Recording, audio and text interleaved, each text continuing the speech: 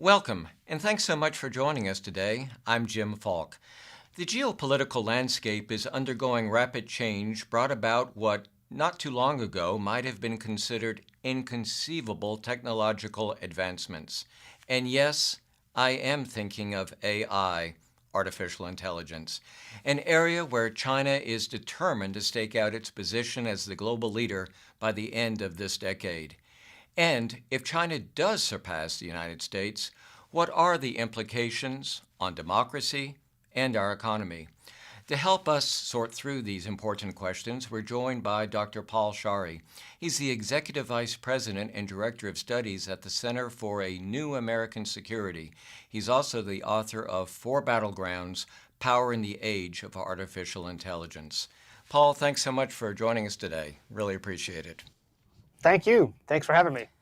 So I have here your book, and I thought one of the things that was so helpful is every day it seems like in the paper we're reading China's ahead, the United States is falling behind, or vice versa.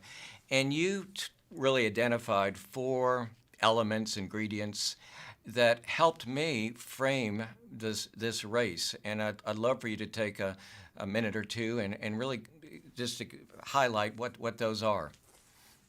Well, thank you. And I'm glad you enjoyed the book. And it really came out of this investigation that I was doing, working in the national security space, to try to answer this question that you're raising of who's ahead, the U.S. or China, but ahead in what? How do we measure progress in artificial intelligence? And we saw during the Industrial Revolution, for example, that nations rose and fell on the global stage based on how rapidly they industrialized. But it also changed the key metrics of power. Coal and steel production became key inputs of national power. Oil became a geostrategic resource that countries were willing to fight wars over. So what is that in an age of AI? And the conclusion that I came to when researching the book is that there are four key battlegrounds of competition in artificial intelligence: data, computing hardware or computer chips, human talent, and institutions, the human organizations that are needed to take these raw inputs of data, computing hardware, and talent and turn them into useful AI applications. And whoever leads in these four areas will have the opportunity to lead an AI-driven future. So the obvious follow-up question is, where are we leading and where is China leading? And is that a static race? Well, it's certainly not static in the sense that both the U.S. and China are working hard to improve their competitive advantage across all of these four areas. Now, China has said that their intention is to be the global leader in AI by 2030. And I take them pretty seriously at that goal. China is a global AI powerhouse. But I do believe the United States has core advantages, particularly in hardware, in computer chips, and in human talent, with the United States as the destination of choice for AI scientists from around the world. That gives the United States a competitive edge if the U.S. can double down on these advantages in hardware and talent to stay ahead of China. Let me ask you about data, however, because we often hear, because of China's much larger population than the United States, that they are able to supply more information into the algorithms that drive generative AI. Right. So, where does a competitive advantage in data come from? Data is really essential for machine learning because machine learning systems, which are really driving the AI revolution at the moment, they're trained on data. So having access to large, diverse data sources is really essential for leadership in AI. China has a bigger population than the United States, and China has a very different political economy internally. And the Chinese government is engaged in massive surveillance against its citizens, and it's hoovering up huge volumes of data.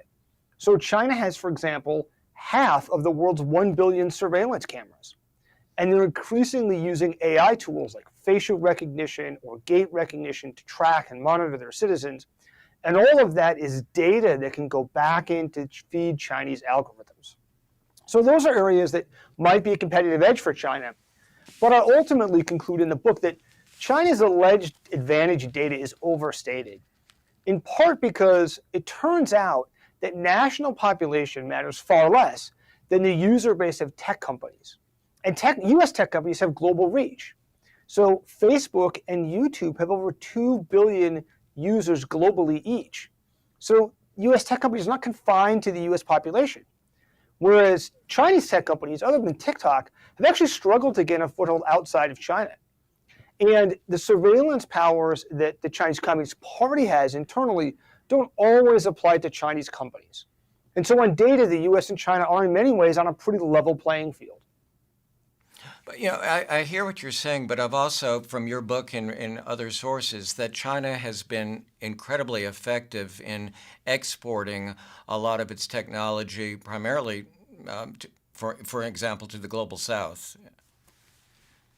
That's right. And so one of the things that's deeply troubling is we're seeing the development inside China of this techno-authoritarian model of surveillance, monitoring its citizens, building facial recognition cameras in subways and bus stations and train stations, and then linking that to police cloud databases that can track and monitor people's movements.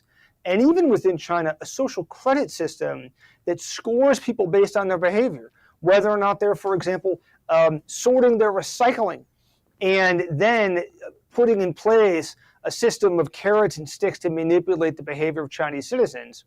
And that's disturbing enough inside China, but we're seeing increasingly export of Chinese-style, not just technology for surveillance, but also their laws and norms behind this kind of new dystopian surveillance state that China is building.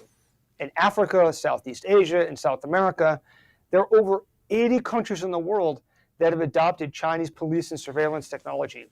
And it's a very troubling trend. And isn't it true that that is to a lot of our allies? Like, am I right that the UAE, for instance? That's right, including countries that are partners of the United States, countries like the UAE, even countries in Europe. And so it's really essential that democracies get together to push back against this creeping trend of techno-authoritarianism. Not just the technology itself, surveillance cameras can be used for good or bad, and there are good uses as well, but also what are the rules in place for society about how we're going to use this technology. So when you say countries in Europe, give me a few. I assume Hungary, but what other We've countries? seen, for example, like Germany and others adopting surveillance technology. And some of them, again, can be useful uses. London is one of those heavily surveilled cities in the world, has extensive cameras in public areas. But what's really essential is that the way the technology is used in ways where it has accountability for the government and transparency, so that there's clarity to citizens about what the government authorities are, and there's restrictions, of course, on what the government can do with that technology. I'm a great fan, and I suspect a lot of our viewers are as well, of BritBox, and it seems like every British crime detective story, they always say, have we checked the CCTV? And there's so many cameras there.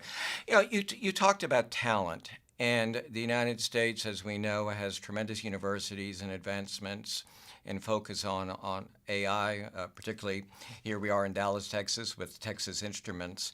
But I'm wondering what your views are about some of the constraints that our immigration system has put on talent, and are we seeing more of these highly qualified people going to the UK or Australia or even Canada? Well, it is a real challenge. The United States is the destination of choice for AI scientists from around the world, including from China. Now, China produces more top AI scientists than any other country in the world, but they don't stay in China. They leave and they come to the United States, and then they stay here after graduation. In fact, over 90% of Chinese undergrads who do their PhD in computer science in the United States stay in the US after graduation. It's a huge advantage for the United States. And there are legitimate concerns about intellectual property theft and academic espionage that we need to police. But we also want to make sure that making it easier for top scientists to come to the United States from around the world. And right now, there's a lot of barriers in our immigration system, long wait times for visas, not just for Chinese scientists, but those from India and elsewhere that are really constraining American innovation. It's making it harder for us to tap into this global talent. Just this morning, I picked up a paper from the American Enterprise Institute, and it said 10 ways the United States is falling behind China in national security. And I'm not going to go through all of them, but I'd like to read number 10. artificial intelligence, Beijing is mounting a coordinated and rapid effort to advance AI applications in security and military domains, and Washington cannot rely on its existing private sector-driven dominance for long.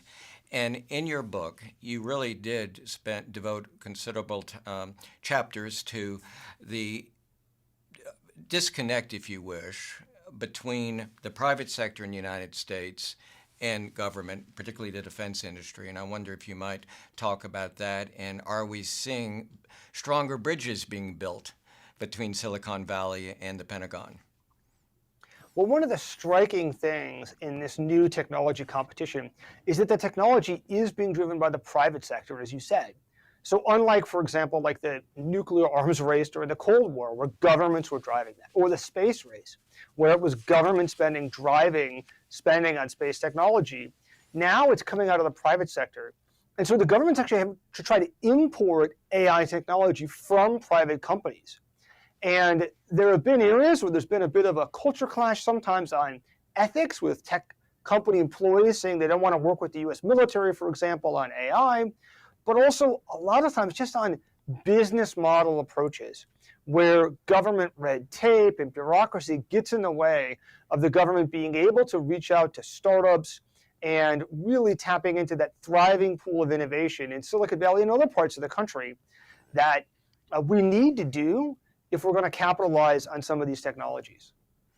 Now, what type of connection is there between the Pentagon and Silicon Valley, in the sense, does the Pentagon have an office in California now, and how do they handle some of the security issues? Well, we're seeing the Pentagon do more to try to reach out to Silicon Valley and tech startups in other parts of the country as well. A few years ago, the Defense Department established the Defense Innovation Unit, an outpost out in Silicon Valley. It's been a bit of a challenge, and predominantly the problem has been on the government side, that the government has struggled, has a hard time moving quickly, and they've struggled to scale innovation.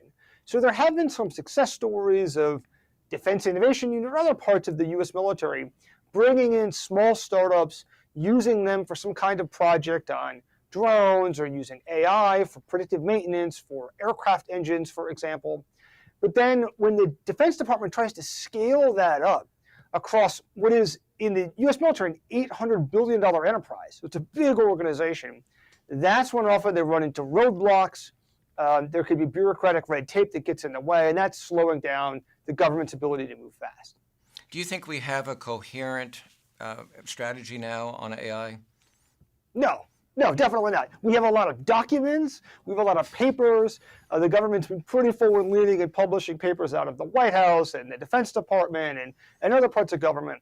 But when you look at execution, it's poor. And we are at a real risk of falling behind China.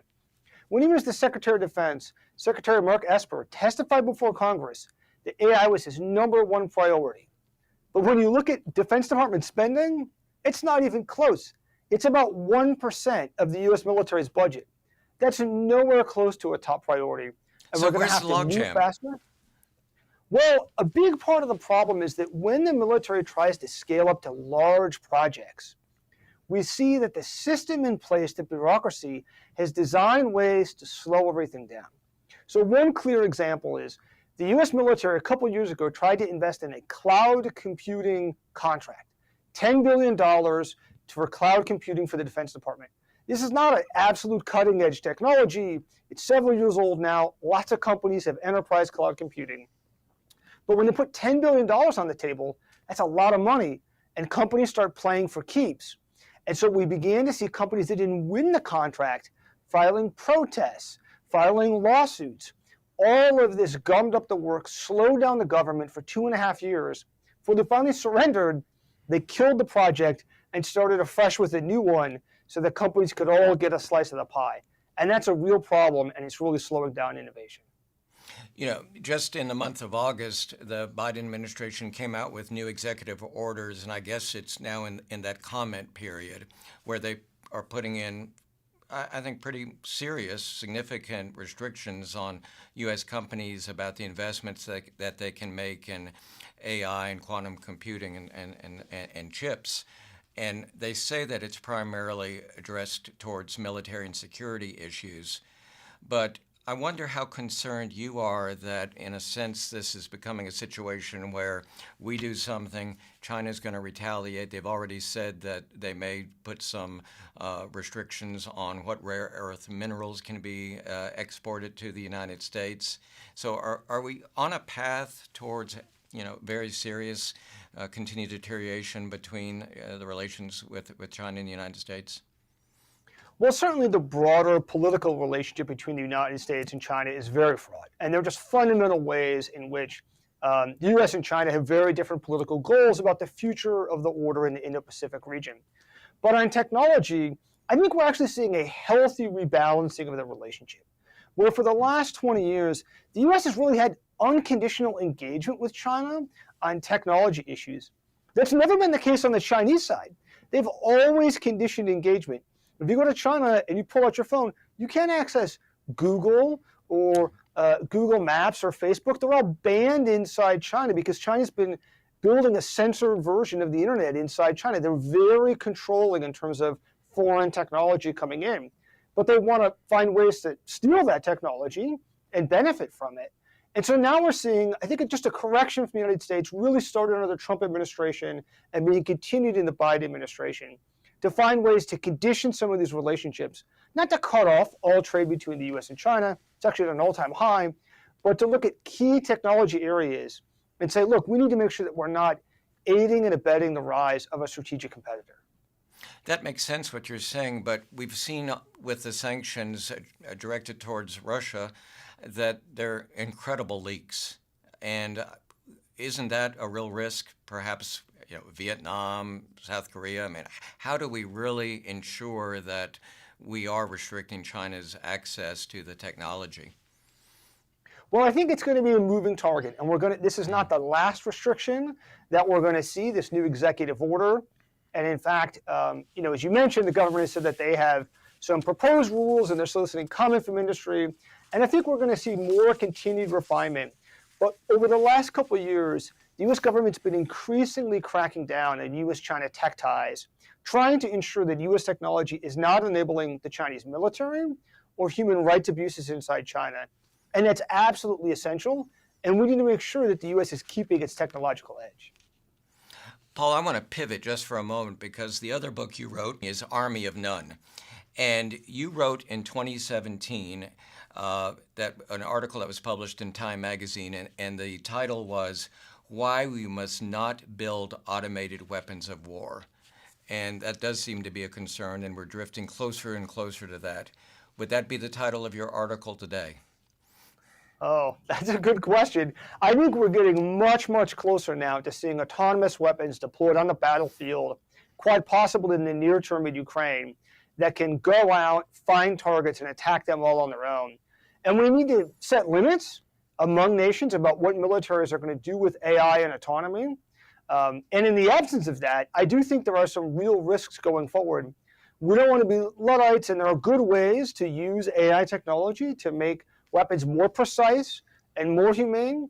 But I think it is vitally important that humans remain in control of war. But absolutely, the technology is moving forward very fast and has developed quite a great deal in just the last few years. And I think this question can be addressed to AI as well as automated autonomous weapons of war.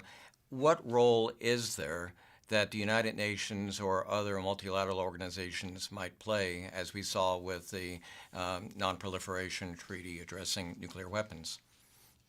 Well, I think it's a great example where for nuclear weapons, we've been able to build among countries a set of global institutions, the Nuclear Non-Proliferation Treaty, the International Atomic Energy Agency, that have been able to limit the spread of nuclear weapons over time. Not completely stop it, but slow its spread while permitting the spread of nuclear technology for civilian uses, for peaceful nuclear energy. And we want to do the same for AI. A good way, it looks like, to do this is to focus on hardware, on the chips that are used to train some of these very powerful AI systems, to make sure that we're allowing peaceful, beneficial uses of AI, but controlling possible uses that could be dangerous, using AI for weapons or carrying out terrorist attacks, for example. Well, there's such a cost to building the hardware that is needed, and I wonder if you might help us all understand what the cost is today, and do you expect that cost to go down? We often talk about Moore's Law, and it seems to me that what I've been reading and hearing is that Moore's Law, you can just forget that when you're talking about AI. Well, there are two kind of parallel trends that are going underway, which kind of push in opposite directions here. So one is the amount of computing power that's being used to power the most capable AI systems has been growing at a rapid exponential rate. It increased 10 billion-fold from 2010 to 2022. So a remarkable rate of growth, much faster than Moore's Law.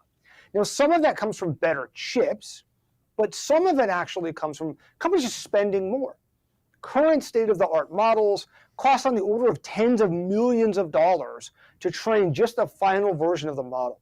And we're probably moving in the next couple of years to $100 million models and likely even billion-dollar models. Huge expenditures. That's going to lock out a lot of other companies. It's already locking out academics from competing to build these very capable systems. But there are other trends, and some of them are improved hardware. They're going to make it possible to train powerful systems more cost effectively. And some of them are on the algorithms that also mean that you just need less computing power to train AI models. So what we're likely to see, and this is what we've seen in the last couple of years, is that the most advanced systems become more expensive, limited to a small number of companies that can build them, but then they rapidly proliferate. And in just a few years, they become pretty widely available to anyone. And take a moment just to remind us what Moore's Law is. So Moore's Law has been a phenomenon that was first observed by Gordon Moore, and we've seen over the last several decades improving chip performance, doubling roughly every 24 months. Right now, the types of chips that are used for AI systems, graphics processing units, are doubling about every 2.5 years, so it's slowed down a little bit from 2 years to 2.5 years.